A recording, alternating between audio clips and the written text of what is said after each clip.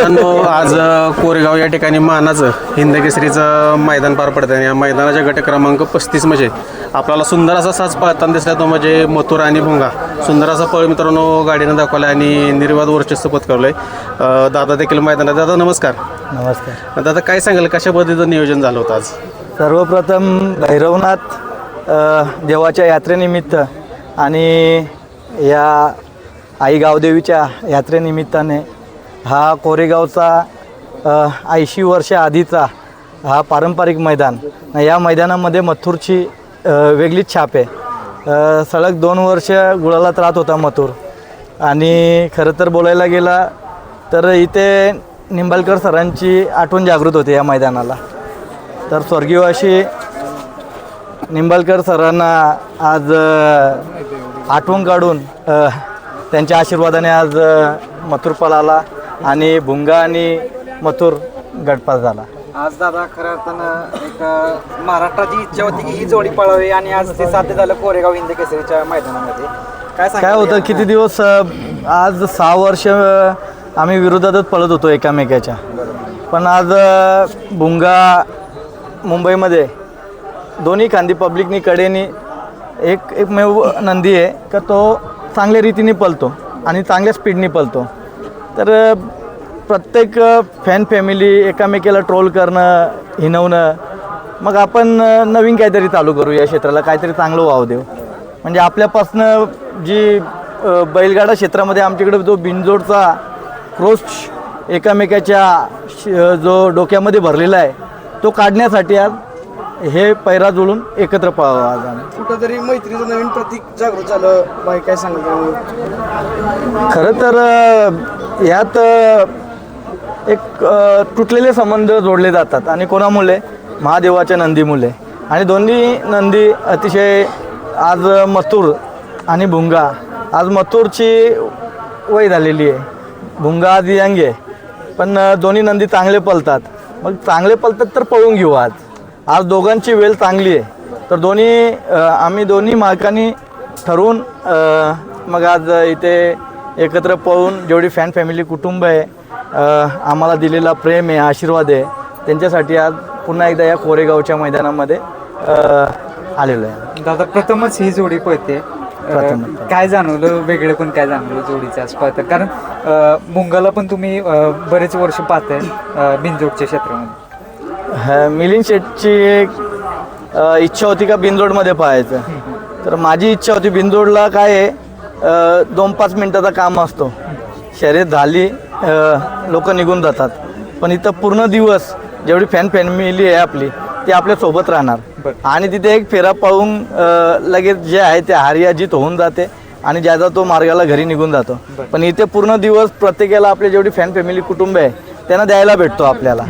आणि हे पारंपरिक मैदान असल्यामुळे इथे पळणं खूप वेगळी मजा असते. आणि जेव्हा हिंदकेसरी मैदानाचा कपाळा गुळाला लागतो त्याच्यामध्ये मजा वेगळी असते. दादा काळ्या मातीच्या रणाला आपला सगळ्या महाराष्ट्राचा लाडका मथुर कशा पद्धतीने बोलतो सगळ्या महाराष्ट्राला माहित आहे.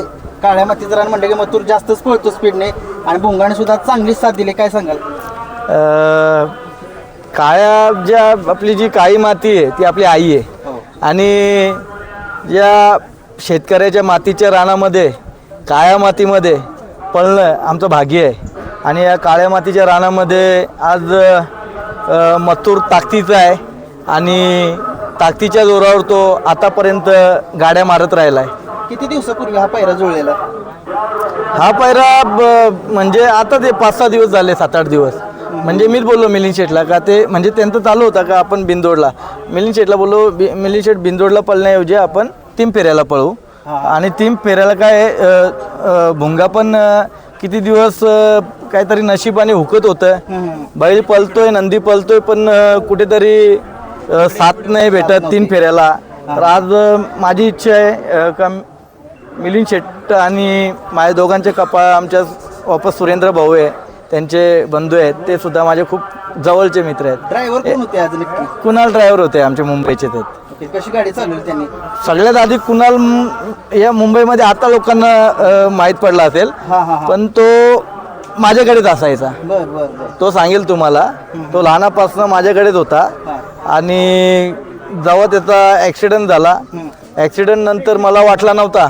कुणालची जी वरची जी खोपडी आहे ती काढून ठेवली होती ऑपरेशनच्या वेळेस. मला चांगलं आठवतं. मला वाटलं नव्हतं का कुणाल वापस पुन्हा एकदा छकड्यावर बसेल म्हणून. दादा एलियन 3 फेऱ्याच्या मैदानामध्ये कधी दिसणार? सगळ्या महाराष्ट्राची इच्छा आहे. आता मथुर पलतोय 3 फेऱ्याला. एलियनचं बघू. एलियनचं काय तेवढं हे नाही, आम्ही मनावर नाही घेतलं आतापर्यंत.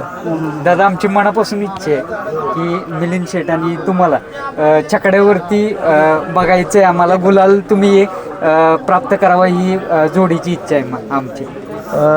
बघा कसं असतं, प्रत्येकजण जिकायला आलेला असतो इथं आणि प्रत्येक नंदीचा मालक असतो. प्रत्येकजण स्वप्न बघूनच मैदानामध्ये उतरत असतो आणि हार या जीत ती शेवटच्या क्षणाला माहीत पडते. पण आज दोघे आम्ही एकत्र येऊन, जी गटाला कधी मी लवकर बाईट देत नाही, पण आज देऊन का मोकळा होतोय का बाबा माझे मित्र आले या. आता खाली माझे एक दोस्ताचे बरोबर पलायचं राहिलंय मला. माझा दोस्त जेव्हा त्यांचा नंदी ते माझे बबनदादा सांगतील का मला एक प्रश्न विचारला होता एक बाईटमध्ये, कोणासोबत पळायची इच्छा राहिली, तर माझी इच्छा बबनदादाच्या नंदीसोबत राहिले. कारण की माझा एकमेव घाटावरती माझा आजोबा म्हणून, माझा बाबा म्हणून मित्र माझा एकमेव बबनदादा आहेत. आणि लवकरात लवकर बबनदादा जेव्हा बोलतील तेव्हा मुंबईला हार या जीत होणार. पण बबनदादा जेव्हा सांगतील, त्यांचा आदात वासरू असो या म्हातारा बैल असू दे नंदी, तरी पळणार बाबाच्या सोबत. जेव्हा बोलणार तेव्हा बोलायचा, आवाज करायचं कोणताही मैदान. दादांसोबत आहे आणि दादांनी सांगितलं आता माझी इच्छा आहे पळायची. आता काय सांगताय? आहे आपल्याकडे आता काय 2 बैल आहेत. आदत आहे, एक दुसरा आहे. दुसऱ्याने 4-5 फायनल केले ते इथं. 1 नंबर 1 बार केला, 1 नंबर 4 नंबर केला. पण आज जरा रेवटे जरा नसल्यामुळे आज आणला नाही मी. कटणाला चांगला बोलतोय. ती आमची इच्छा आहे, माझी मी पळवायची. दादा आता बबन दादा म्हटलं तर एक मन मिळावं आणि स्पष्ट बोलणारं व्यक्ती काय सांगाल? मी प्रामाणिक सांगतोय तुम्हाला हां हां का मी जेव्हा बोलतील हां तेव्हा खाली 6 दिवस आधी सांगायचं, माझा नंदी भरून इकडे पाठवून देणार. त्यांना जो मैदान करायचं ते मैदान करणार होते. हार या जीत काही होते, या माणसासोबत पळायचं माझं स्वप्न आहे ना, माझी पूर्णपणे इच्छा आहे. दादा बबन दादा आले, पहिल्यांदा तुम्ही त्यांच्या पाया पडला. म्हणजे एक थोर माणसांना, मोठ्या माणसांना रिस्पेक्ट काय द्यावं? माझे आजोबा पण असेच दिसायचे. माझे आजोबा माझे लाड पुरवायचे, म्हणून मला बबन दादांच्या रूपामध्ये माझे आजोबा बबन दादांच्या डोळ्यात पाणी आलंय, काय सांगाल? बघा म्हणजे कुठंतरी प्रेमाचं नातं दिसतंय की काय भावनिक क्षण असतात, म्हणजे कुठेतरी या अटॅचमेंट बैलगाडा क्षेत्रामध्ये एकामेकाला प्रेम दिले, एकामेकाने जीव लावलेला आहे, म्हणून ह्या सगळ्या गोष्टी. दादा बघायला गेलं तर तुम्ही प्रत्येक मैदानात किंवा प्रत्येक ठिकाणी सांगत असता की आपलं बैलगाडी क्षेत्र उंचीवर गेलं पाहिजे, त्यासाठी आपण काही पण करू शकतो. तुम्ही प्रत्येक वेळेस माणसं जोडत आलाय, जेवढं चांगलं करता येईल तेवढंच करत आलाय. आणि आता आपण बिनजोड शर्यत असू दे किंवा 3 फेऱ्यामध्ये असं आपण माझ्यासोबत बघतोय. सर्व घडलाय ना भाऊ, हे कोणासोबत घडायला नको. बरोबर. आज आमचे फायरिंग झाले, सगळ्या गोष्टी झाल्या, या माझ्यासोबत आम्ही एकामेकासोबत केलं ते कोणासोबत नको व्हायला. बरोबर. त्याच्यामुळे आमच्यासोबत जे आम्ही बघितलं आहे, दुनिया काय असते, जग काय असते, जगामध्ये लोक कोणत्या कोणत्या प्रकारचे असतात, कशा कशा प्रकारचे असतात, म्हणून एक चांगला सल्ला, चांगला उद्देश कसा द्यायला भेटेल. आज मिलिंद शेठ झाला, मी झालो, आमचा कोणत्या प्रकारचा वादावाद आहे, कोणत्या प्रकारचा वैर आहे, कोणत्याच प्रकारचा नाही आहे. पण काय होतं, एकामेकाला ट्रोल केल्यानंतर माणूस कोणत्या थराला जातो इज्जती खातीर, तर सांगता येत नाही. म्हणून त्यासाठी या सगळ्या गोष्टी आपण नव्याने सुरुवात केल्यात. यंग पिढीला चांगला सल्ला द्यायचा. शर्यती झाल्या म्हणून, हार झाली म्हणून काय त्याच्यावर रागरोष नाही काढायचा. आपण पुन्हा आपण कुठे चुकलो आहे, आपण कुठे कमी पडला आहे, आपला नंदी कुठे कमी पडला आहे ते बघून, कुठे पेहरा चुकला आहे हे बघून पुन्हा एकदा मैदानात उतरायचं. आपण आपल्या नंदीवर प्रेम करा, जीव लावा, त्याच्यावर प्रामाणिकपणे कष्ट करा, मेहनत करा, तर नक्कीच त्याचा फल भेटेल. दादा शेवटचा एक प्रश्न विचारतो. आपला मथुर आणि रायफल 81-81 ही जोडी पाळणार होती, परंतु तुम्ही बघितलं रायफल 81-81चं निधन झालं. परंतु सगळ्या महाराष्ट्राची इच्छा आहे की सिकंदर 81-81 सोबत एकदा आपला मथुर दिसावा. 100% दिसणार.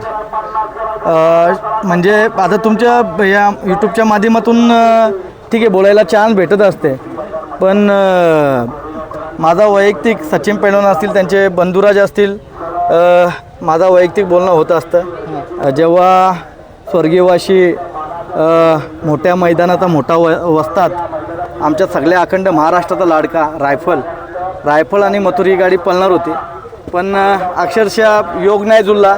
पण नक्कीच त्यांच्या कुटुंबामध्ये जो पण नंदी असेल त्या नंदीसोबत मथुर पाहिजे. दादा आज आकाश शेठशी बोलणं झालं सकाळीच की म्हटले आज मथुर भुंगा गाडी पण आहे, तर मला पण एक खूप भारी वाटलं आणि आज आम्ही तिघजण मिळून एक बैलगाडा क्षेत्र थोडक्यात एकत्र दोस्ती झाली. काय सांगाल दोस्ती? आकाश शेठ आमचा भाव आहे, तो नटखट आहे आणि दोस्ती दुनियातला राजा माणूस आहे ना. या बैलगाडा क्षेत्रामध्ये सगळ्यात आधी